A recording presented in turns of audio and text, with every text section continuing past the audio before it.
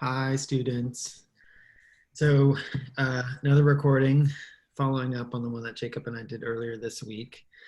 We wanted to supplement the conversation we had with some projects, just some images. We thought it would be good to follow up the discussion, which was more focused on names and maybe ideas or concepts or terms that some might sound familiar, most probably are unfamiliar, to follow that up with some buildings, some architecture, just to maybe connect some of the names and some of the ideas with individual projects. So the format is relatively casual and simple. We just put a Miro board together with some projects, and we're going to talk through them. So I'm going to start sharing my screen. We'll share this board with you afterwards. Yes, we will. All right. Although it might be a kind of fun mess by the end, hopefully. Yeah. Okay, so we also wanted to categorize them a little bit. So they're maybe not the most perfect terms, but we're calling one space in a space. Could be like a shell in a shell, but basically a container of space inside of another building. Rigid grid plus free lines, and then grid plus tectonic elements. Hopefully my handwriting is legible. The reason to do that is maybe to just make connections between them, and then also simplify the projects down to like one phrase that would be maybe an easier way to kind of come into them.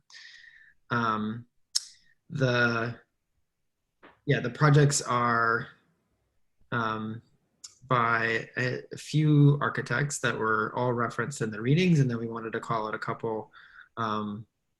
Max Bond, who McLeod talks about, was the chair of the architecture program at Columbia and then later the dean, but was one of the architects and educators who were foregrounding racial equity, bringing African-American students and faculty into these schools.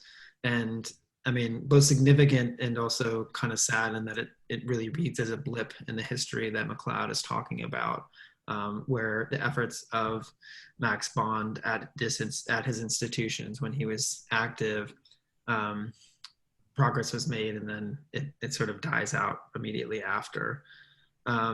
And then Susanna Torre, projects will show, was brought up by McLeod as being someone really bringing like the kind of feminist movement that was very active in the late 60s and early 70s into the academy as well, or curated an exhibition called Women in American Architecture that was super influential, but was called out by McLeod as being behind issues around sort of gender and the women's movement coming into architectural education. So we wanted to highlight both their efforts, but also show their work in relation to some of the other figures that were talked about in the readings. And maybe, where do you want to start? We could just go left or right, but.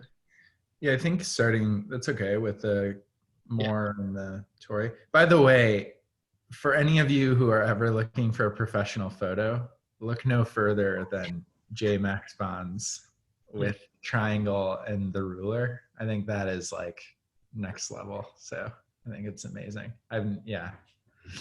Really some photographer. It's had a clear idea of what an architect was. Made sure with like the Beaux-Arts, like right. Elevation. That's great. And like and they're like drawing boards. It's great. Super good. But maybe we start with Torre and more. Yeah. Let's go with the text first, I think so.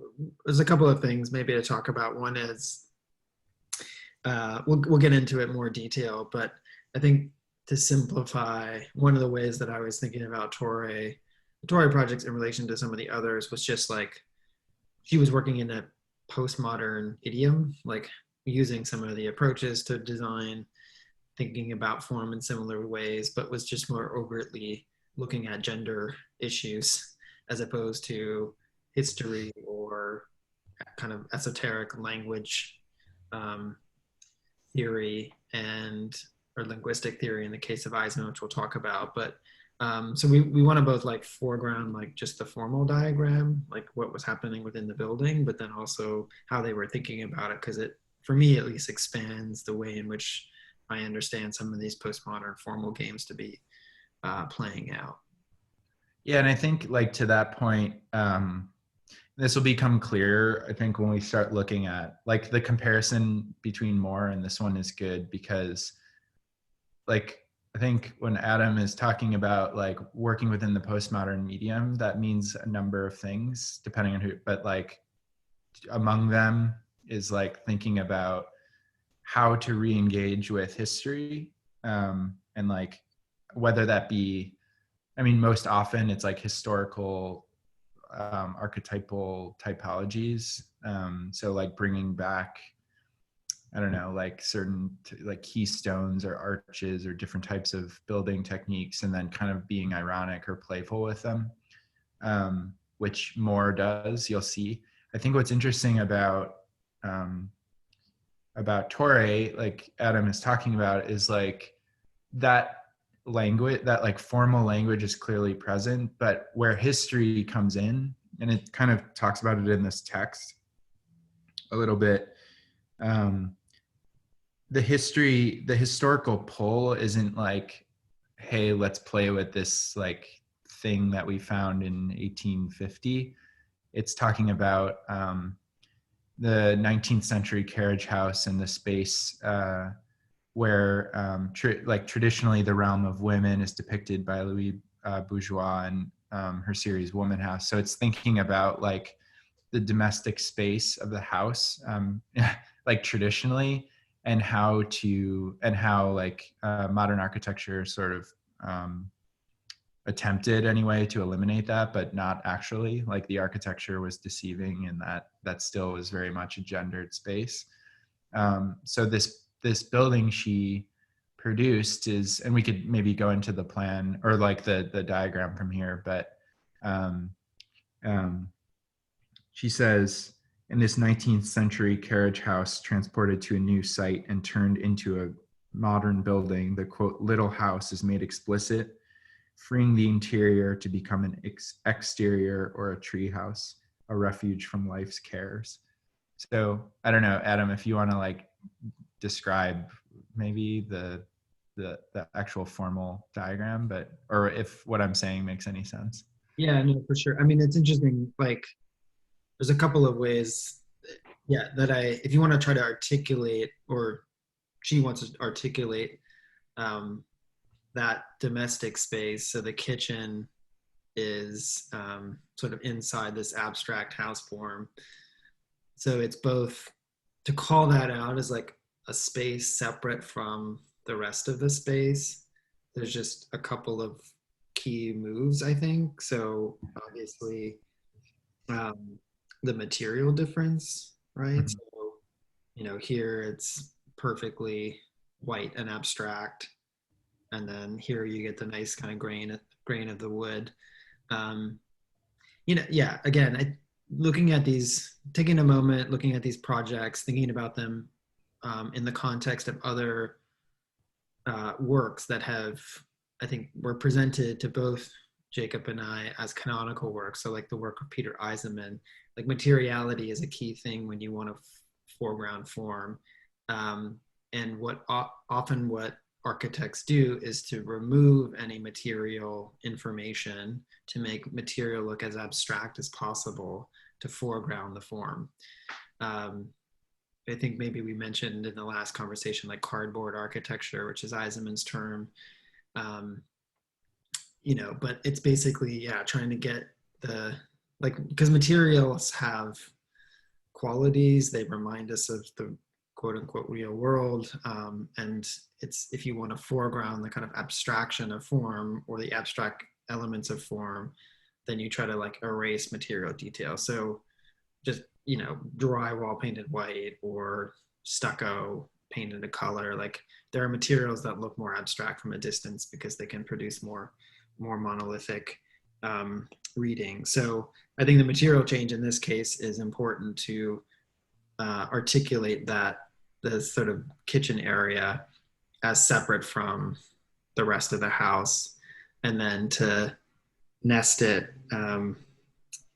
inside of the larger shell with a separate set of walls that has windows in it. So, like windows that typically separate the inside and the outside now show up as, um, windows inside of the house itself. Such a thick line. I don't know why it's so thick.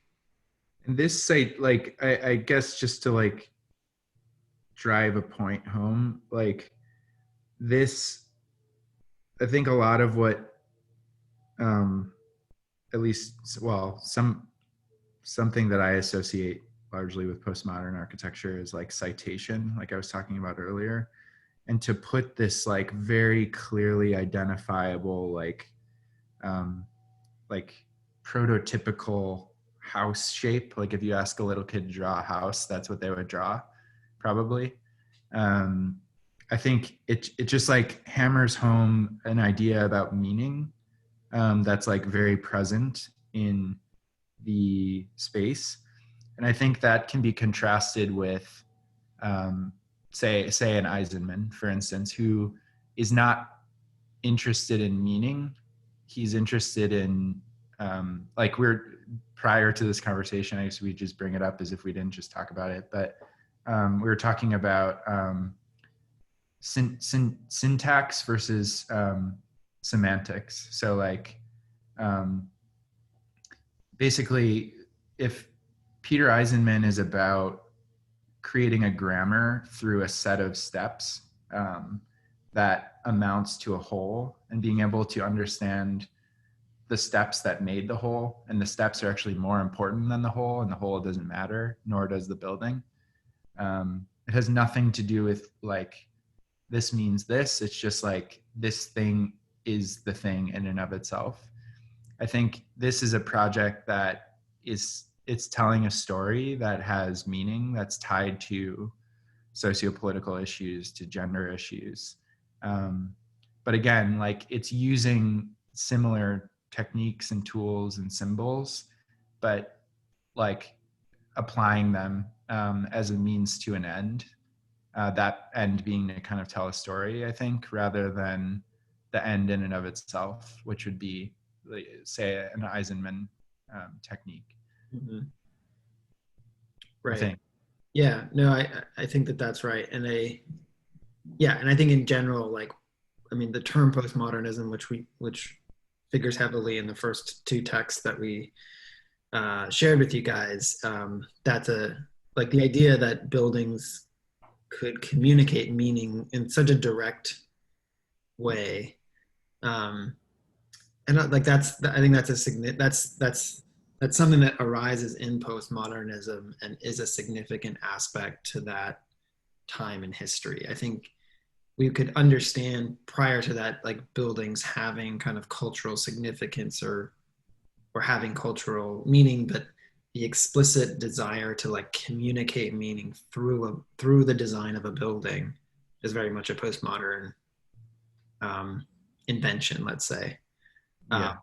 So it becomes a kind of explicit goal, and then they start to parse out the differences between that, right? Between syntactic and semantic, which we'll come back to in some of the other projects. But but I think to that point, I think it's also like a real accomplishment to be able to do, like, to both have an ambition for architecture to communicate meaning, but also for the building to like, just in plain terms, be a nice building. Because like one beauty of architecture for me is that you have to contend with a lot of just sort of banal constraints.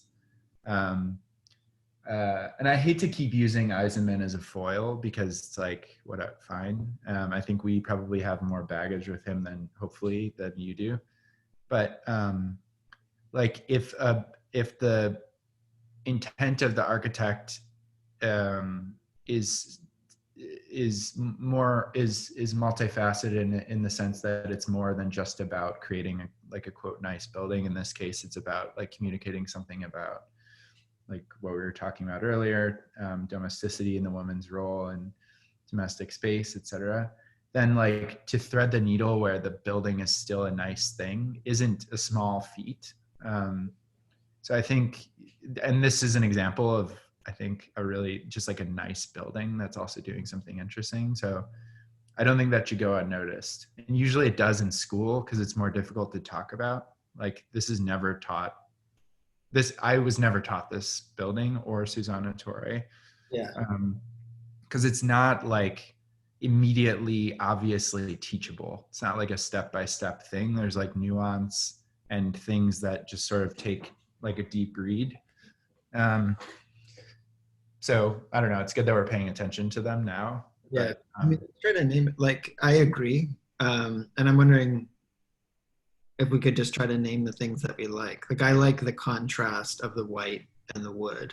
Like, I think the Eisenman project we'll show in a second is just like all pastel paint over stucco or drywall. And I just feel like it's like alienating. It's alienating, yeah, and it's relentless in its presentation of that notion of materiality. Whereas here, just simply the contrast of the abstract clean white and the sort of like rich grain of the wood, it just it makes for like a nice palette, and it's more, and it's different in a way than I think maybe because like with the whites and the grays, like the tendency to make to define architecture through kind of binary opposites and to present those binary opposites with the kind of fervor and conviction that those architects did just meant that they couldn't most of the time coexist because you had to keep the arguments clean. Exactly. It was exactly that. And it just gets, it's like a thing that, again, I think it's easily teachable because it's so didactic. Right. And it's like camps, but yeah, anyway, I think the thing also I really like, I agree completely, like this idea of not being afraid of materiality and like clearly caring about like having a kind of sensitivity to that. The other things that I really appreciate about this one is, or I guess two things I'm thinking. One is just like pure form stuff, like the varied like volumetric spaces that you're getting. So like this one, but then back here is a separate one. Mm-hmm. And then there's the third one, which is the house. Right. So you get these like really amazing like nested volumes even within, like if you just abstract it with no material or anything. Mm-hmm. And it kind of creates this like focal point here, mm-hmm. that then like as you move here kind of starts dropping down. And so like the ceiling, I don't know exactly what it would look like. What would it look like in section? Like this is an important point here in the center. And then as you move, like there's like grandeur and then move more toward like intimacy when you like go to this couch section or like by the fire. And then back here is a totally separate kind of space in the kitchen. Mm-hmm. And that's just done by like ceiling heights. I mean, of course, there's also material and things like this, but. Yeah, we kind of plan of it too, but I think that I think if we had more access to the plan, I think you'd be able to see that there's a kind of cross grain too, like the axis that you were pointing out, which is the one in the middle. And then I think that there's one probably like from this doorway, big window, and then the stair comes up here. I think you would actually probably enter perpendicular to that major axis, and then right up in that space, you would start to understand the alignments that you were calling out. So just even like in a small space like that, being able to have that much, just a shift like that, I think is for a more compelling formal and volumetric relationship as you move through the house. Like it's not just one idea. Like that's Yeah, exactly. Totally. different kind of Yeah, relationship. there's like layers of, because it's also, I think another nice thing is the, like, for students, I would, whenever you see photographs of architecture, like, don't assume, like, there's a politic and a design decision behind the way that the thing is photographed and chosen to be presented to a public. And so, you know, like, if you look at like like early 20s, I don't know, like modernist Corb stuff, for like um sorry, something like the content inside will be very different. You'll very rarely see a person. If you do, the subjectivity of that person will be a very particular kind of subject. This, in this case, because it's in front of us, you have like this kind of like um, these like varied rugs. You have like an older rocking chair. You have like these books on the shelf. Like it's a sort of like lived in place, which I think is unique, and it speaks to a kind of, yeah, like politic of the way that this thing is understood, which to me it's ultimately like a thing to be lived in rather than an idea.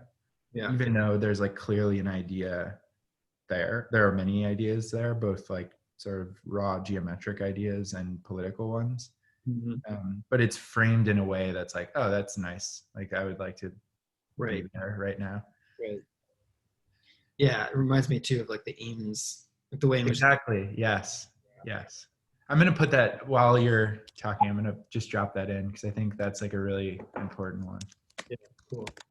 Um, so next project, Charles Moore, a house that he built for himself, which we're bringing up as a, yeah, a similar project, or a project with a similar formal or volumetric diagram.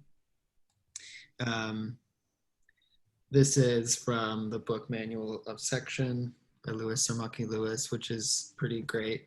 We should throw a credit in there. But it's probably the kind of cleanest, but similar. Oops.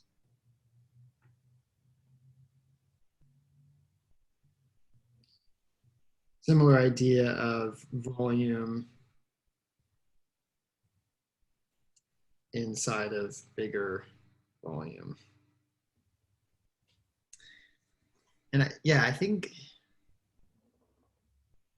yeah, maybe just going right to like a personal preference. I think these are the projects too of postmodernism that I don't know, like I'm just more drawn to because they deal with space and volume that's occupiable. It's both, maybe to your point, it's both like citational and sort of like visceral and bodily. Like it's, you can be in the space and experience the space, but you can also then have a kind of intellectual layer to that, which is like, oh, this is referencing this, you know, classical typology. He's a U of M grad, by the way, to all of you. He designed the bell tower across the street, right? Yeah. Yeah, he did. Um, No, I agree totally. I think, I mean, he's like very, depending on what project, he kind of, for me, he's like hit or miss, but more often than not, he's hit, because I think he ultimately cares about space and occupation of that space more than like ideas. I'm thinking of like the Piazza d'Italia as like maybe an alt, like the not most exciting thing, although granted it's a different program, but it's like very much about sort of like gaudiness and signage and things right. like this. But Right. anyway, it's, yeah. Maybe that's the balance, right? Like if it's, so postmodernism, communication, like the building communicating to a kind of perceiving audience or a public, or, you know, a kind of cultural audience, like when it's just, when that veers towards too heavily towards like communication through surface, through the building's exterior, it becomes, it loses some of what I think makes architecture specific as a medium, which is like space, you know, like Right. volume. And I think the kind of balance between the two is pretty good. Since we're talking about personal things, favorite, yep, you're drawing over it right now. Favorite individual architect, oh, okay. Two favorite individual architectural elements. The first is a what do you call it? I'm blanking. A conversation pit. Yeah. Like best thing of all time. Second best thing is a porch. This one doesn't have quite a great porch, but it does have these sliding doors, but which are really nice, and they're like big sliding barn doors, so they just open up and have like complete air and light flow through the whole thing. I'm pretty sure that's the bath, Jacob. Oh, it is a bath. It's not a conversation pit. Yeah. I don't like this anymore. No, I'm just kidding. The bath, like here. Oh, wow. That's even better. Okay. That's actually even better. So I take it back. So, okay. Then I want to explain what a conversation pit is, because it's basically that, where it's built inside of a ground plane, and it's usually in like a domestic setting. So like this, and then thinner line. But it's a really amazing, like it's a very subtle, like sectional shift. But like we were talking about earlier with Torre, this like either dropping the body down into space or like bringing the ceiling lower. There's a kind of like intimacy, like shift in intimacy that could correspond with like program or whatever. Like when you put people into a pit, I mean, same thing with a bath, frankly. Like the thing that I'm drawn to about a conversation pit is the sinking into the ground. I think it's like a really special moment. And within this, like he's putting it in one of the edicula, or the like pavilions that are nested inside of the bigger shell. So it gives an even kind of clearer sense of that you're in a different thing, because it's the thing under, like the bath is like centrally located under the roof of the edicula. And so you're like, okay, now it's like a distinct sort of difference between the two, which I think is really nice.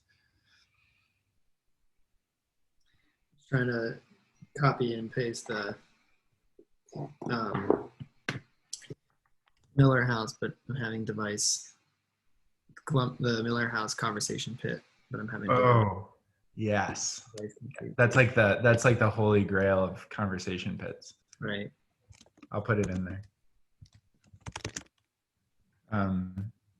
Yeah, it's like a really special thing, and it's kind of associated, not kind of, it's pretty, I think, associated with like the 70s, although this house was built earlier.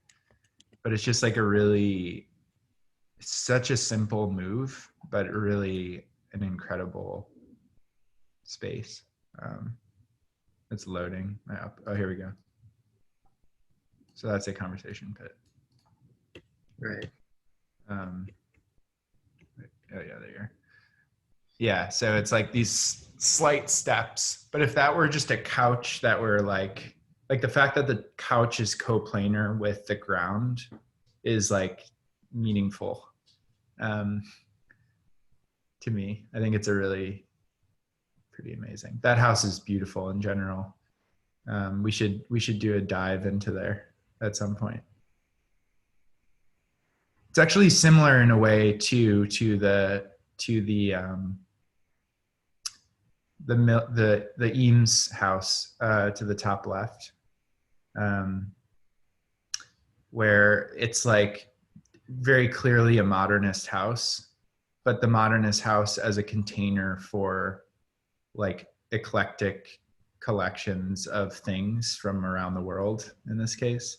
Right. So again, this is like a subjectivity question and like the way that they wanted to be photographed, and wanted their spaces to be photographed. If you see the outside of this building, it's pretty, it's a box, it's a steel frame that looks like a Mondrian painting. But but the interior is like, the exterior is very deceiving. Like I wouldn't anticipate this, but Right. this one actually has a volume inside of a volume again as well. Yeah. This, It's a subjectivity, but I also just like it's uh again, it's like a balance. Like architecture in the like architecture can still be about ideas, but it can also be about like humanity. Like we talked about it, I think, in the first conversation about like approaching, like Eisenman approaching architecture like a modernist, like a question of medium, like a modernist question of medium. Like what are the essential characteristics? Again, that needs to be sort of developed and communicated with such like clarity and insistence that it just drowns out any other possible way of thinking about architecture's use value. mm-hmm. Whereas all this stuff, it's what's nice about it. I think in each of these cases, it's like there's both a kind of conceptual idea, but then there's also just a kind of humanity to it, and like just making nice, nice spaces. And I think part of that too, like that humanity you're talking about, is that those two were kind of not primarily architects. Like they worked at a scale that was like furniture scale, and so they had more intimacy and skill with like knowledge of material, and sort of like the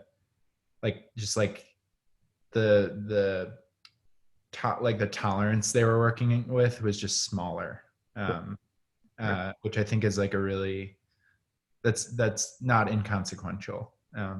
I think it shows up in a lot of their work. Right.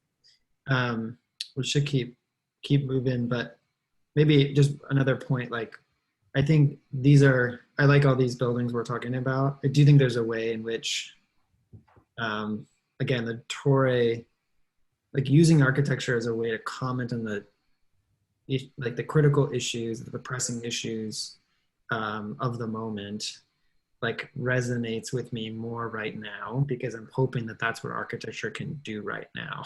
For using architecture to comment on gender relations is a way to kind of direct, like to have both architecture and like ethics or values that are of the moment are trying to make the world a better place. I think with the more, although I really like it as a building, I think the kind of potentially esoteric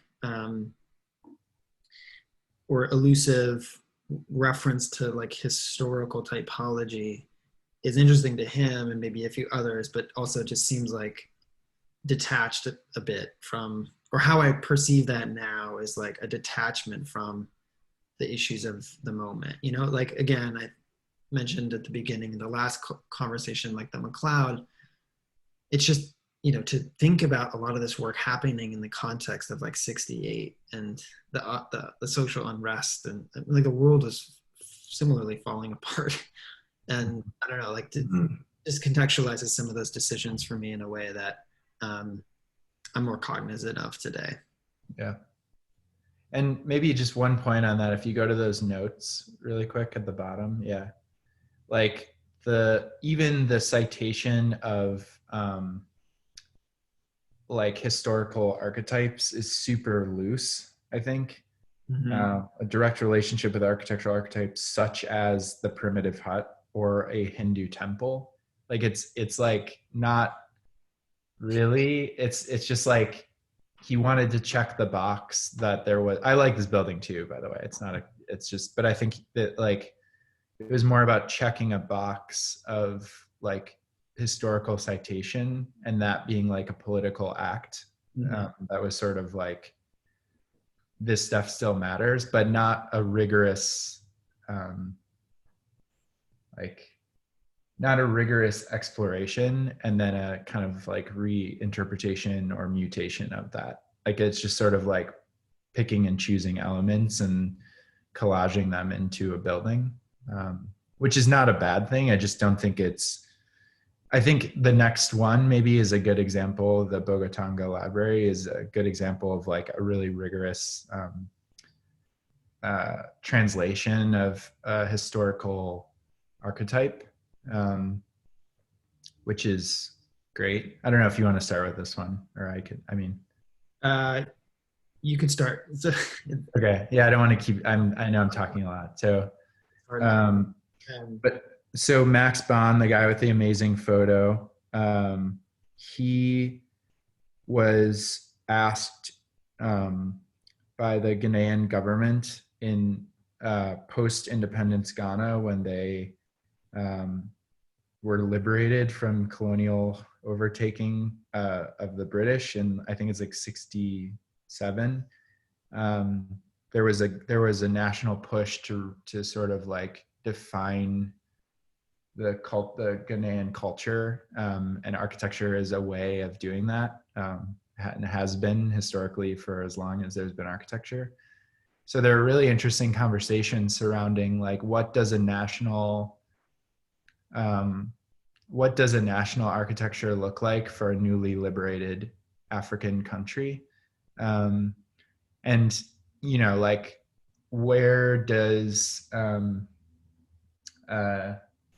uh, the kind of like colloquial, or what's the word when it's like a local tradition of building, like vernacular, like how does vernacular play into our newly liberated image that we're trying to project into the world come versus like adopting a kind of like modern, like representing ourselves as a modern country, and modern in quotes, and sort of like adopting um, like those aesthetic sensibilities into the architecture that they're building. So they commissioned Max Bond, who's a Black architect.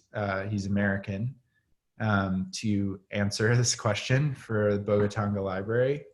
And so I think like this one's super fascinating because there's this text that I would encourage you all. We're going to share this board, but to have a look at. It's really short. But he just talks about the process of working through this project, and he actually starts off saying, "I'm not particularly fond of regionalism in architecture. This was very much influenced by northern Ghana. So like he talks about it in terms of being influenced."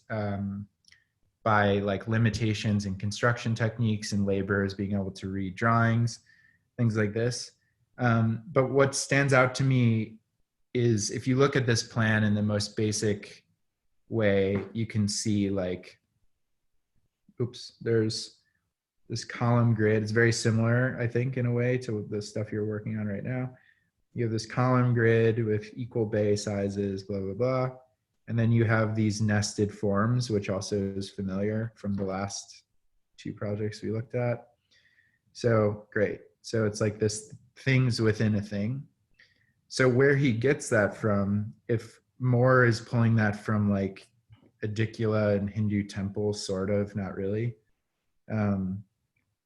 Where Bond is pulling this typology from is these Fra buildings. So if you just scroll up a little bit, there's this really nice image here of like in the foreground, there's these Fra buildings, and he describes them. I highlighted it, just give me 2 seconds.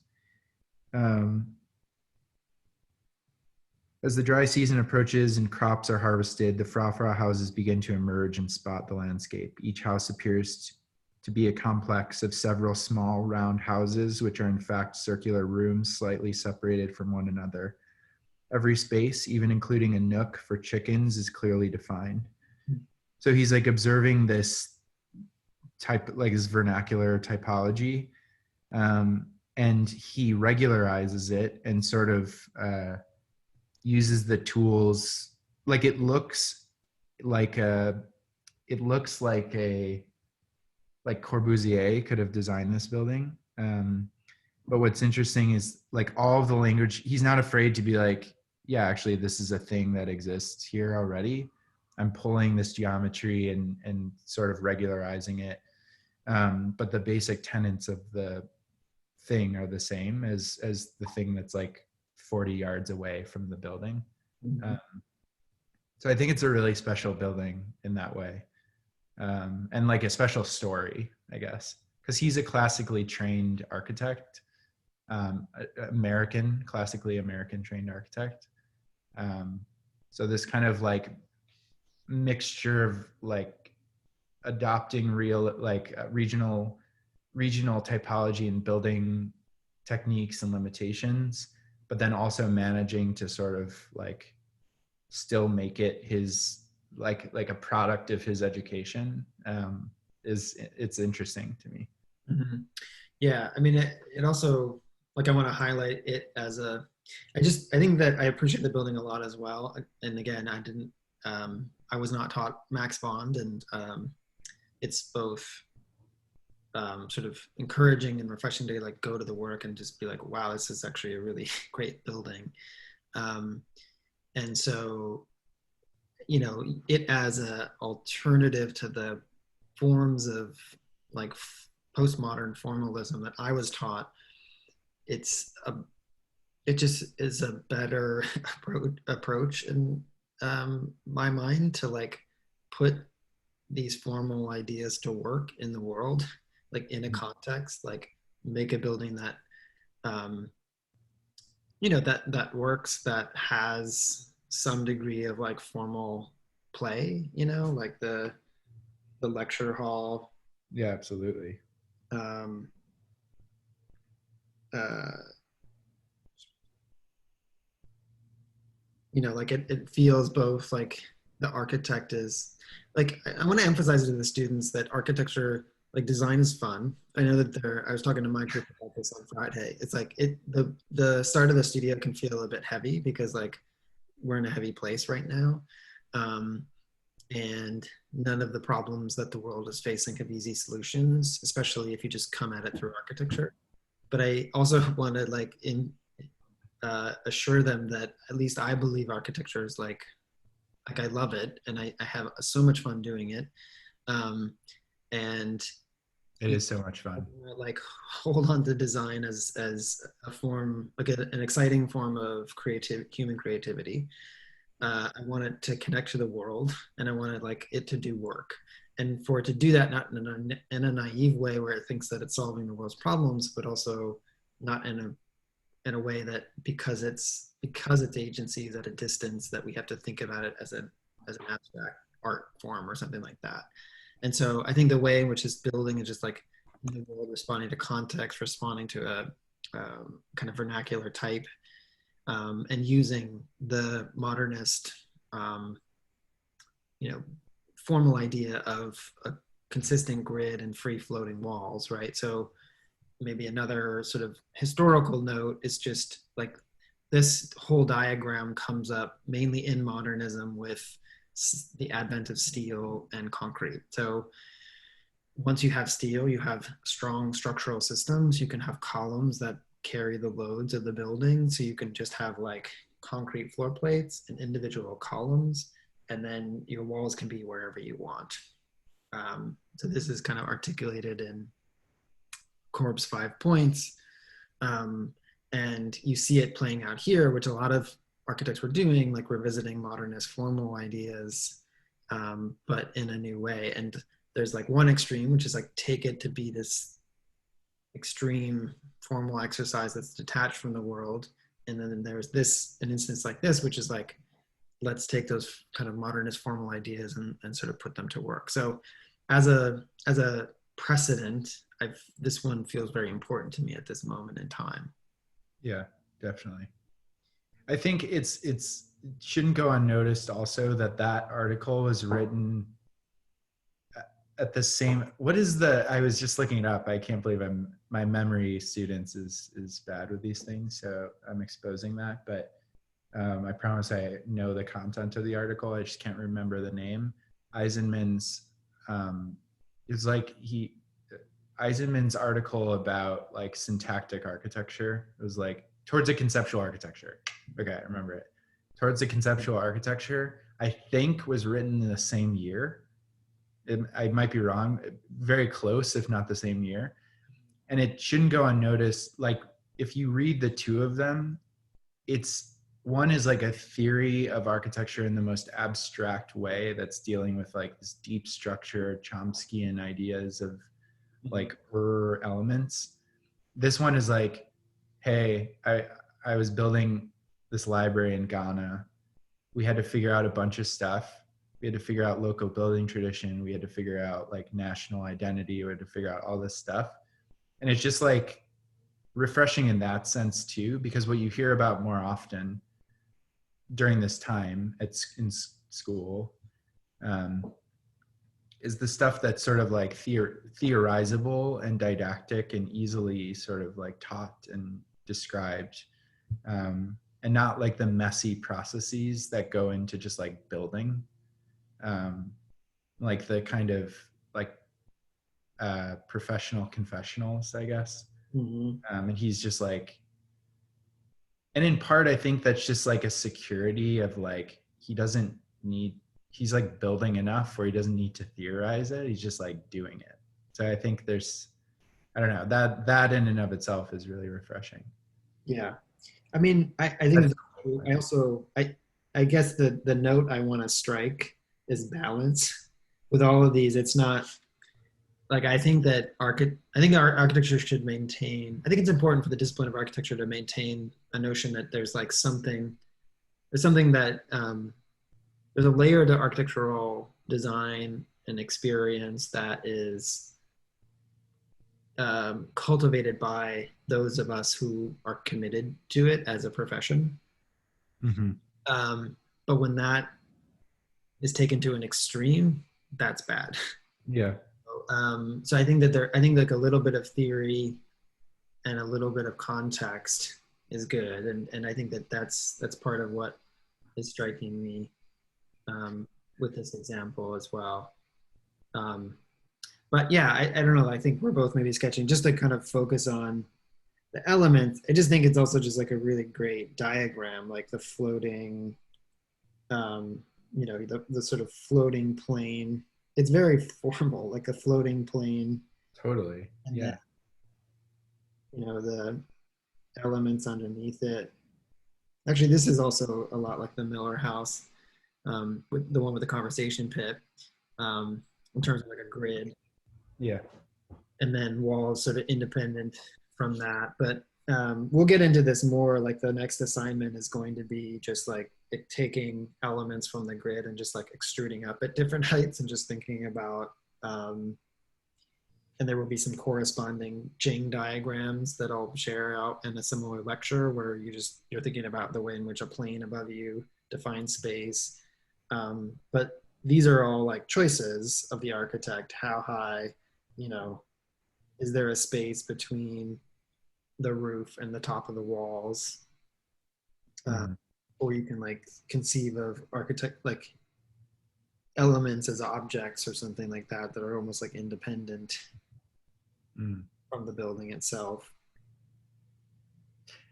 The comment you made about the like walls being liberated from having to be load bearing is also interesting in this context, because again, it's like he talks about how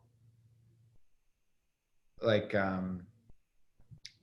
curtain wall technology was just not available here, like to be able to make each of these like glass boxes that are sitting under a concrete plane. And so like there was another compromise there where it's like, okay, we have to do poured in place concrete walls because this is what is here. Right. How do we like communicate like modernity despite the image of modernity, despite the just like lack of access to a modern like technology that could actually form like a glass wall. So I think that this is like it's rather than just assuming that it's like tabula rasa and you can just sort of like, use materials and technologies to at your disposal at will to like tell a very particular or like communicate a theory of architecture. This is another interesting one where it's like, okay, these are the tools in my toolbox. This is the story that I want to tell. Like, how do I do that? And I think that's cool. It's like versus like having cheat codes on. You can just like do whatever you want. This is like playing an actual game. For those of you who maybe keep moving. Yeah, sorry. When we talk about architecture, this is like talking about readings is easier than talking about architecture. So yeah, the other project we put in here is 2 from a series that John Haydick has done. So you'll remember John Haydick from the readings probably as the one of the New York Five, head of Dean of Cooper Union. So sort of behind the Education of an Architect show at MoMA, of which the catalog we read excerpts from. But yeah, similar set of formal explorations, riffing on the modernist notion of like fixed grid and free formed walls that kind of snake around. And yeah, I guess like, just to continue the thread from the Max Bond, like I think these are great projects, but they also, it's just a way in which like the kind of isolation that was afforded these architects that were teaching and maybe pursuing architecture more as an idea or an abstract art form that it was okay. It was detached from the world. It wasn't being built, and so it didn't have the contingencies of clients and context and budgets and code. It could be more of a free kind of individual creative expression or search for different formal possibilities. It's like taken to an extreme. And I'm kind of glad that this work exists, and it's not to say that, I don't know, I try to like give everyone the credit of, I don't know, that this gets tricky, but I think that there's a way in which I approach this work now, today, given the context of the world and what I want architecture to do. And just to point out that like, that this was conceived of in a particular way that, at least for now, we can view it with a certain critical distance and with a certain critical lens. And again, like for me, it's trying to like pull from this things that we can put into new contexts that feel more right to us right now, that align with our values and our desires. Anyway, all that is to say that like, this is another version of it, of this diagram, but kind of maybe taken to an extreme, where in this case, it's really more about the drawings themselves as an exploration of the object, and less about a response to vernacular type, circulation, making a nice lecture hall, etc. So yeah, the diagram for this one, I mean, the major kind of move is that it's an orthogonal grid, but bound by a diamond exterior. And then these are just different floors. So on the left, you see the plan. On the right, you see a plan oblique. Is it a plan oblique? Yes. Yeah. Which a plan oblique just means that like you draw the plan. The plan is not distorted, and then you just project your lines upward from that. And then each floor has a different relationship. Different kind of like approach to the walls. So here there's orthogonal walls, which are mainly slipping past the columns, but more or less following the column grid in terms of the geometry it's creating. Fewer, but also orthogonal here. And then on the, the like fourth level, you start more free floating walls, curvilinear, etc. I think something I've always appreciated most about, so this last time Adam and I talked, I said that he was my guilty pleasure and my favorite. That's very true. So I feel like I have to justify that. I think, or I don't think I have to justify it, but maybe speak to why. So he was one of the New York Five, alongside, was it Eisenman, Eisenman, You trying to name them? yeah, Eisenman, Meyer, Graves, Gwathmey. Grays, and Gothamy, yeah. And what I always appreciated about Hayduck was that he was unabashedly like, this is about representation. He was an artist, like he just was. He hung around with the New York Five poets, and like that was just his deal. It wasn't about like a greater theorization of like the sort of universal understanding of what architecture should be.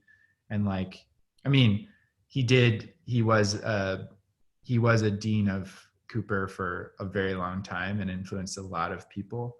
But it never struck me as like tyrannical ideologically. It always felt sort of exploratory and whimsical. And I think, say what you will about architecture being all about representation. I mean, like the idea of the diamond house is that like, if you just scroll down a little bit to like so axonometric was like the drawing typology of axonometric, that being like this, where this is a 45-degree angle, was like reclaimed by a group of architects in the late 70s and early 80s from like Russian constructivists for a variety of reasons.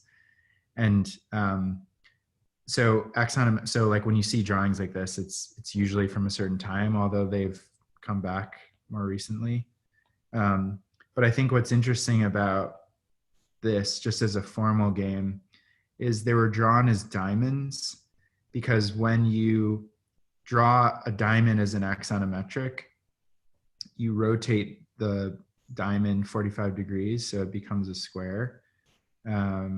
And then you get this shape here. So like you end up getting this like Egyptian perspective or front axonometric. They have a bunch of different names, but it preserves perfectly the elevation as like a measurable drawing, and it preserves the plan as an equally measurable drawing. So I think like these are the kinds of games that he was playing. They were purely representational and compositional, but it didn't have the same like weight of language that like an Eisenman does. And there's much more like whimsy and less immediately explained elements that I think is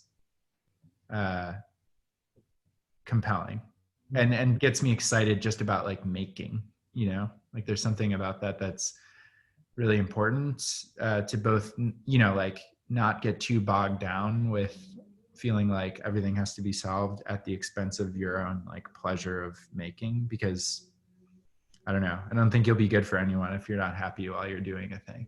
Mm-hmm. But I would say like I'm compelled to like zoom in on the dining table. It's not just to our earlier point about architecture simultaneously being like a welcoming space for people versus here where it's maybe a formal exploration. Completely, yeah. This is not about making a nice dining room. No.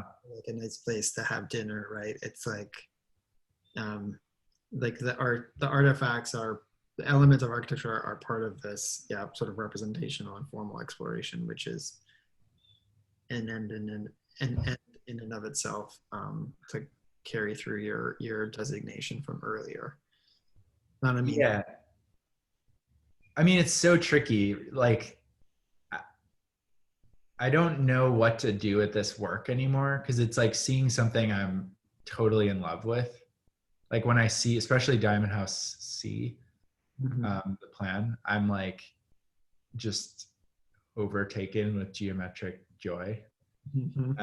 But like, you're totally right. Like it's definitely Is this one C and the other one's A? yeah. B is a different one. Yeah, I think it's like A, B, and C actually that we have down there. Could be wrong, but Oh.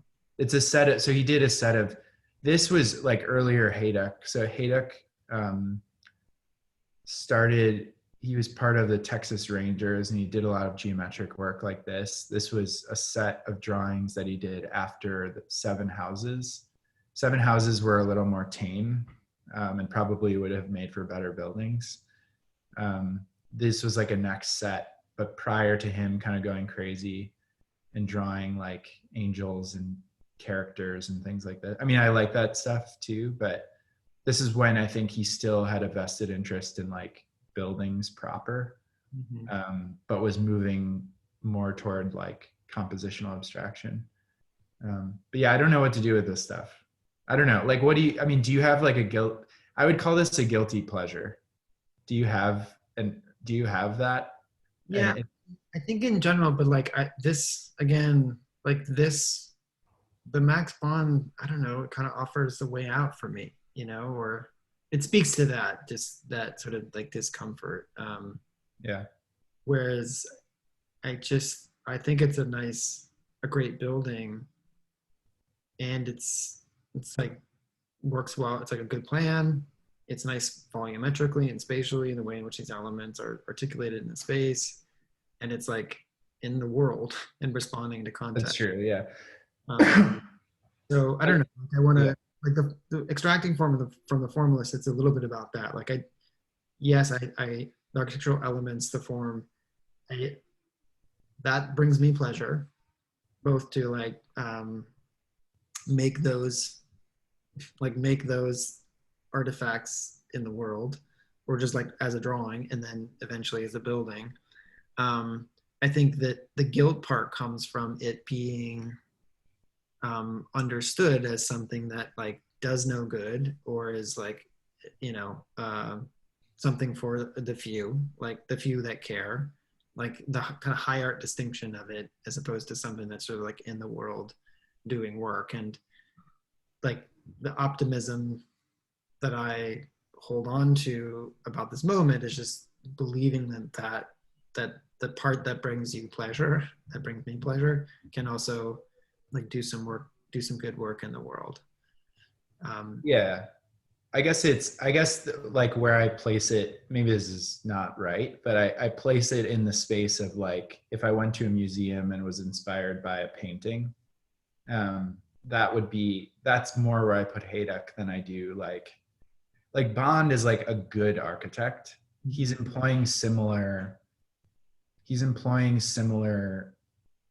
very similar sort of like techniques and compositional techniques, etc., which is why we have them in the same category. But I think architecture is about, in the best of ways, about like compromises and concessions and like making a thing work and caring about that it works at the expense of it being a more like sort of quote, I mean, lowercase again, pure idea. And there's something really nice about like the cleanliness of like an idea that's just like carried through in a Hayduk. Not as a building, but as like sort of like artifact to learn from and just like look at for a long time. And I don't know, like if everybody has to be responsible for, like, I think Hayduk would be not a very good architect, actually, like, because that's not what he. So then it's a question of like, should he have been teaching at a prominent architecture school for 30 years as a teen or whatever? But I don't know. Anyway, this is something I've been grappling with for some time now, because I share your values and desires for architecture to actually be meaningful and like transformative in some way socially, but also want to know what to do with this stuff. Yeah, Where to put it in like a ethical sense. I think it's an ongoing conversation, and I think part of it is just sitting with those questions and that discomfort for a while, and kind of being honest and working through it. I think we're running long. Yeah, we are. How long are we? Yeah, we Well, are. probably already. We're over an hour. Oh wow. Should we just stop now? Um, I'm let- fine to keep going and talking about architecture, but I know you have like stuff. well, yeah, I mean, let's go through these ones um, more quickly. So these are a couple more Susanna Torre projects, and they're in there. I think just to think about the grid as a kind of combinatorial machine, right? So as like a structure that allows for different articulations of like living units in this case. Um, Maybe what we could do is ask students to kind of like give this and like read up on it. Even Yeah, that's a good idea. even from Susanna Torres' website.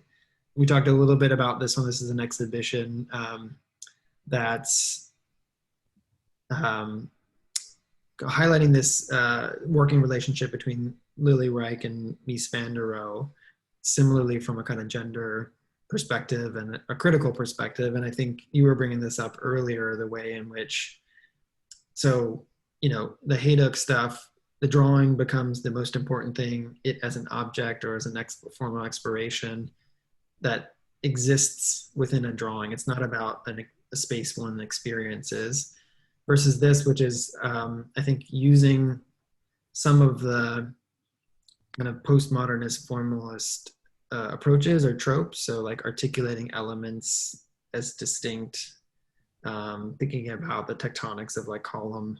There's a kind of Miesian exploration with some of these elements. Mm. But then also, it's about the space that's being inhabited, and even down to the chair, which is meant to like make you aware of your bodily position. Um, so it's both about like abstraction and the immediacy of occupation, all within the context of a kind of like gender critique of modernism. Mm. And then a couple of Eisenman projects again, which is like, I'll just say is the extreme, right? So It's definitely, yeah, the extreme.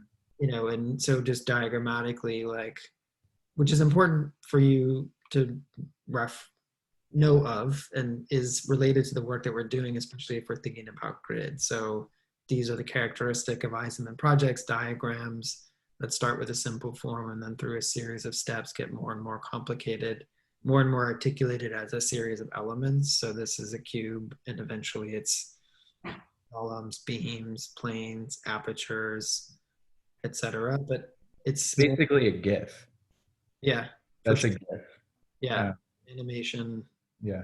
you guys are doing, I think that step by step, there's a relationship there. Um, and then just a project, not a super important or central one in his practice, but I think I put it in there just to, because it's very grid-like. And also there's a way in which, I don't know, like at these later parts of his career, I mean, he's still practicing. I guess it's not the later part, but middle part. Like after the like first experiments are done, some of these approaches to architectural design get more formulaic, and then you can just see them with some clarity. But it's like this grid taken to an extreme where the dynamic movements of the diagramming process start to show up in overlapping kind of grids on the facade, or like a building that literally looks like it's falling down, or like the interior atrium, or I guess this is the corner of the exterior, but like all the shifting and sort of like broken compositions, like all of it starts to, yeah, like produce a formal excess that, I don't know, renders it kind of unnecessary to me. Yeah. Yeah. I mean, I think this one is, it's always interesting. Like there is something, I mean, it's just like an idea. Like it's so cerebral. Like this whole thing is just about being an idea, like being able to read that, um, like he's like telling a formal story again about like there was a some sort of like 90-degree, like the beam that's holding up the floor is parallel to the ground, but then something like fell, like Mm-hmm. it's like this like this was like fractured and fell and tilted. So now you have like this axis and this one. Mm-hmm. You can start to, it's like you can start to like deconstruct the way that it was moved, and he does that through form but also through like paint. So like this paint Mm-hmm. um, is working at a different angle than the darker pink. And then the mullions are running, so you can see these like multiple grids that are overlaid on top of each other, which is like very characteristic of his work generally. And it's kind of fun to like read them. They're like kind of coded, but as actually occupiable things. Yeah, it's sort of, I mean, like he didn't even want to talk about him in those terms. So it's like as soon as you start talking about an Eisman building in terms of being inside of it or building it, it's like it falls apart immediately, I think.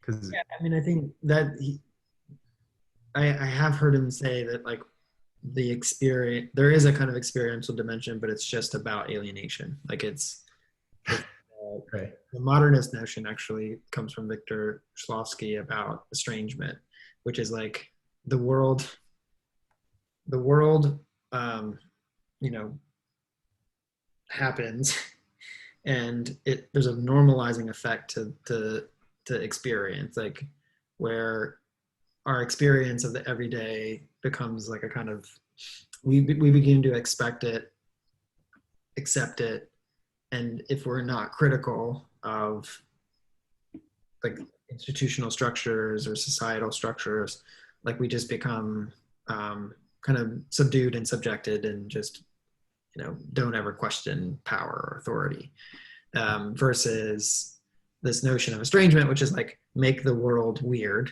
And Victor Shklovsky first talks about it with poetry, like estranging words, making words sound weird in poetry. And then once you start looking at the word, you say, oh, there's actually something there, and it produces this critical distance. And that's meant to make you more aware of your surroundings. So he has talked about that, like Eisenman has talked about that as the function of the buildings, but it's just like, I think it's the only way you can understand it. Like it's so like, like the kind of reading that you're talking about, the decoding where you look at the elevation and you can understand these different geometries overlapping. Like that's the experience that, like, again, the few, the disciplinarians, those like interested in architecture as a kind of like art form and autonomous formal exploration get that, but then everybody else just gets alienation. yeah, and it's so like this idea of estrangement as it relates to poetry is what's always been very compelling to me about poetry, and it does that at its best for me, where you're just like, oh, like that line break made me think of this phrase or this term in a very different way, and it's a kind of, it like does a thing. And when that happens, it's super special, but it's like medium specific, like poetry has the license to do that in my mind because it's immaterial. As soon as you start kind of trying to, I mean, it's not to say that estrangement can't happen in architecture, but maybe this is just an irresponsible estranging or something. I don't know. It's hard to reduce architectural, for lack of a better word, output to just like that one effect, Right. because Right. so many other things happening. It's embedded in so many different contexts, and it to just, yeah, to like elevate that one at the expense of all others. Yeah, I think that's the It part. just reads more like a cop out than a strategy. Right. Like a strategy for poets, it's like a leaner medium. Like you're saying, it doesn't have the baggage of like plumbing, for instance. Right.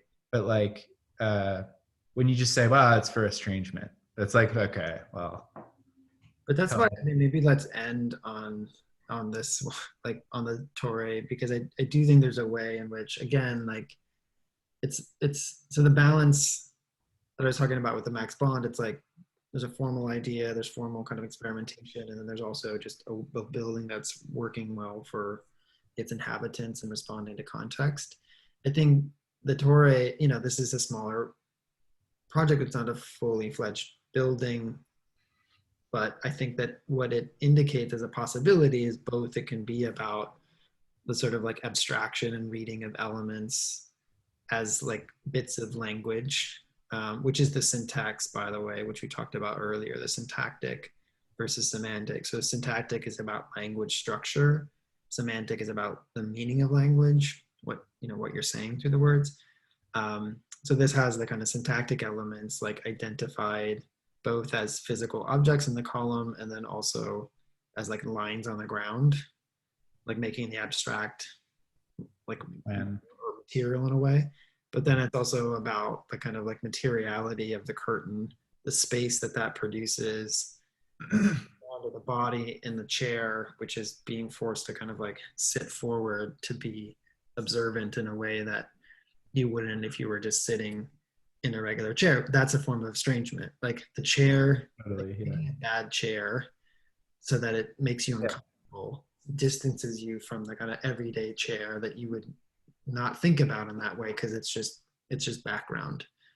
And so I think there's a way in which all these elements come together here to to produce an architecture that can be both cerebral, can be visceral and bodily, can be critical, can be about sort of gender relations. And I think there's a debate about whether or not that's what architects should be doing right now, like thinking about communicating in such direct ways. Like I think that was always a kind of wishful thinking on architects' part, that there's enough of an audience to access architecture in this way that's what we should be doing.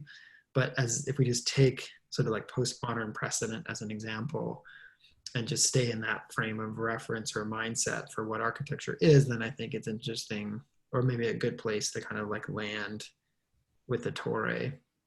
Yeah. Of like not being so dogmatic or fanatical about one idea or one channel for architecture to work on, but to be layered in this way.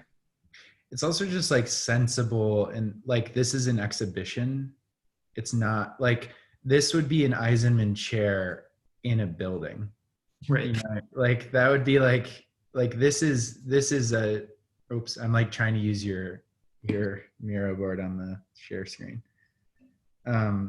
Like this is doing a thing